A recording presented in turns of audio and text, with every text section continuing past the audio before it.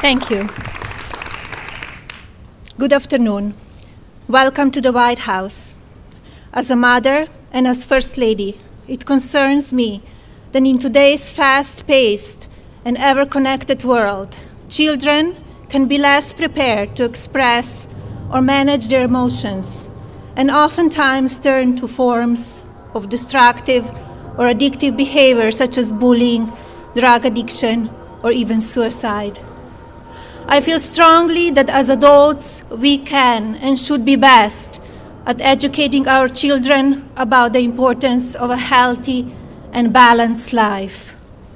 So today, I'm very excited to announce Be Best, an awareness campaign dedicated to the most valuable and fragile among us, our children.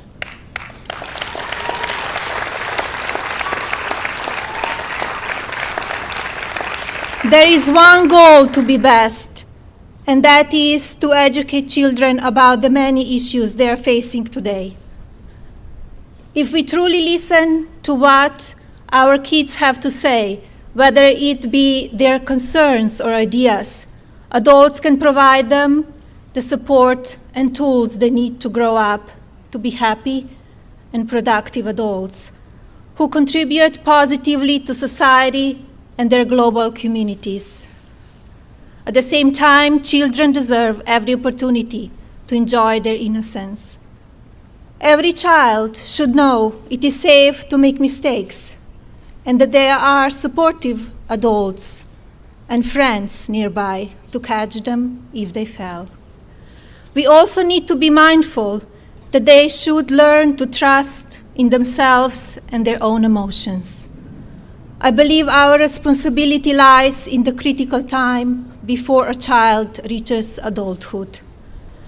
Let us teach children the importance of all aspects of their well-being, which includes a social, emotional, and physical health. There are too many critical issues facing children today.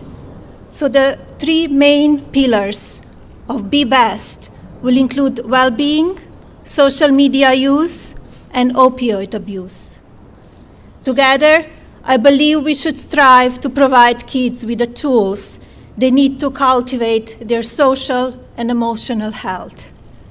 We can and should teach children the importance of social and self-awareness, positive relationship skills, and responsible decision-making. Once a child understands these vital skills, they will be able to communicate openly with one another and instill positive feelings of mutual respect, compassion, and self-esteem. Let us teach our children the difference between right and wrong and encourage them to be best in their individual paths in life. Take, for example, Christian Bucks, a young man from York, Pennsylvania, who is here with us today. When he was in second grade, Christian introduced the buddy bench at his elementary school to address loneliness and help other kids build new friendships.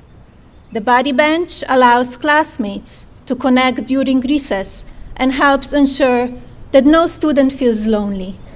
If a child sits on the bench, it signals other students to come over and ask them to play. Christian school and community embrace the buddy bench, and today at least one can be found in all 50 states.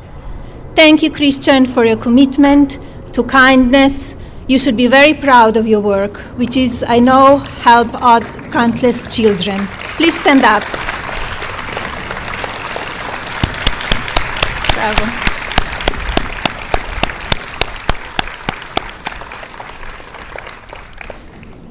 I'd also like to talk about Orchard Lake Middle School in West Bloomingfield Township, Michigan.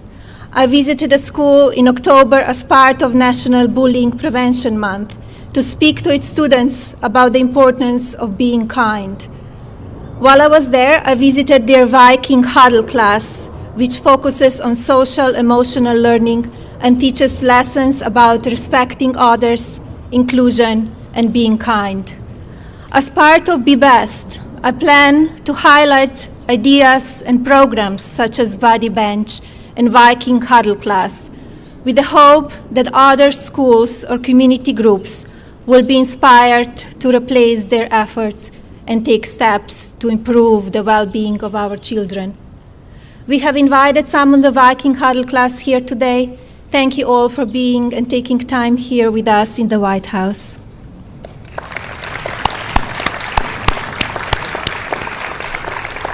As we all know, social media can be both positively and negatively affect on our children, but too often it's used in negative ways. When children learn positive online behaviors early on, social media can be used in productive ways and can affect positive change. I do believe that children should be both seen and heard, and it is our responsibility as adults to educate and remind them that when they are using their voices, whether verbally or online, they must choose their words wisely and speak with respect and compassion. As an example, Kalani Goldberg, an 8th grade student from Arizona, posted a video to her social media account to share the challenges she faced from bullies. In the video, she said, "Every day you're hurting me. Every day you're hurting each other. So please stop. Stop hurting me." Kalani and her family have joined us here today, and I'm happy to report that since posting her video, many have watched it, and most importantly, people have reached out to offer support and kindness. Thank you, Kalani, for being brave enough to share your story and also for using your experience to bring positive change. Please stand up, Kalani.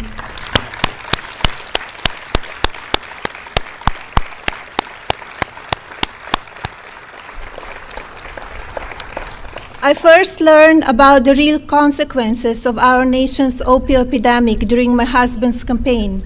Since then, I have met with and learned from many people who have been affected by this true crisis. In October, I traveled to West Virginia to tour Lily's Place, the nation's first nonprofit infant recovery center. Lily's Place puts a priority on the whole family, so that infants born dependent on drugs are given the best opportunity to thrive. They have been successful in this endeavor because parents are also given the support and tools needed to recover and succeed. Lily's Place is a testament to the extraordinary work that everyday people can do when they put their mind to it. I will use Be Best to bring attention to programs such as this in order to encourage conversation and replication. In February, I went to Cincinnati Children's Hospital in Ohio, and a panel of doctors briefed me on the devastating effects that opioids are having, but also their important research on neonatal abstinence syndrome. I'm pleased to say that the representatives from both Lily's Place and Cincinnati Children's Hospital are here today. Thank you. Thank you for being here, and thank you for your heroic work on behalf of children. I want to thank the many people I have met with and learned from over the past year while researching these vital topics on behalf of children. This includes the cabinet secretaries who have joined us here today, as well as representatives from Microsoft, Google, Facebook, Twitter, Snap, Amazon, National Safety Council, and so many more. I would like to thank the President, the Vice President, Karen Pence, and other members of the administration, as well as the members of Congress who are here today. I'm honored to have you all with me, and I look forward to working together on the behalf of children in the coming years. In my time as First Lady of the United States, I will make every effort to be best at championing the many successful well-being programs in existence today and teach the tools and skills for emotional, social, and psychical well-being. I will also work to shine a spotlight on the people, organizations, and programs across the country that are helping children overcome the many issues they're facing as they grow up. I will continue speaking with leaders in the technology industry about children's online habits and raising awareness around the importance of positive behaviors. I will continue to work with those who are fighting drug addiction. And most importantly, I will continue to travel and speak to children directly about both their victories and difficult realities they face.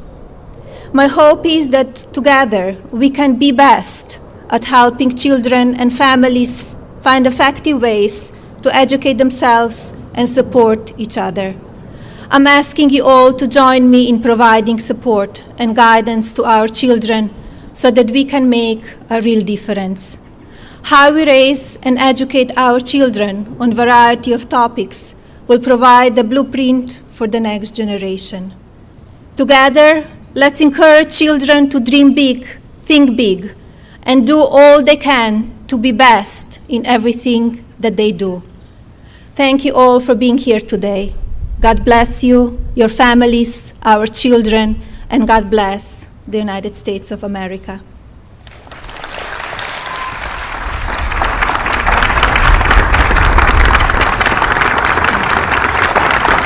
Now, it is my pleasure to call my husband to the stage to sign a proclamation calling today, May 7th, Be Best Day. Mr. President?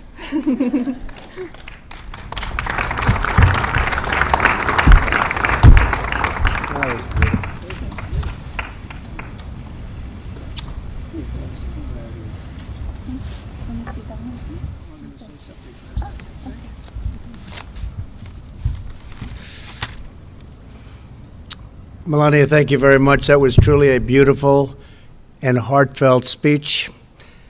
It's the way she feels, very strongly. America is truly blessed to have a First Lady who is so devoted to our country and to our children. Over the past 15 months, Melania has visited hospitals, schools, families who have suffered from the opioid crisis and suffered very deeply. Everywhere she has gone, Americans have been touched by her sincerity, moved by her grace, and lifted by her love. Melania, your care and compassion for our nation's children, and I have to say this, and I say it to you all the time, inspires us all. Today we pledge to be best. Best for our families, best for our communities, and best for our nation. And now I am proud to sign the Be Best proclamation, and I think you all know who's going to get the pen. Thank you.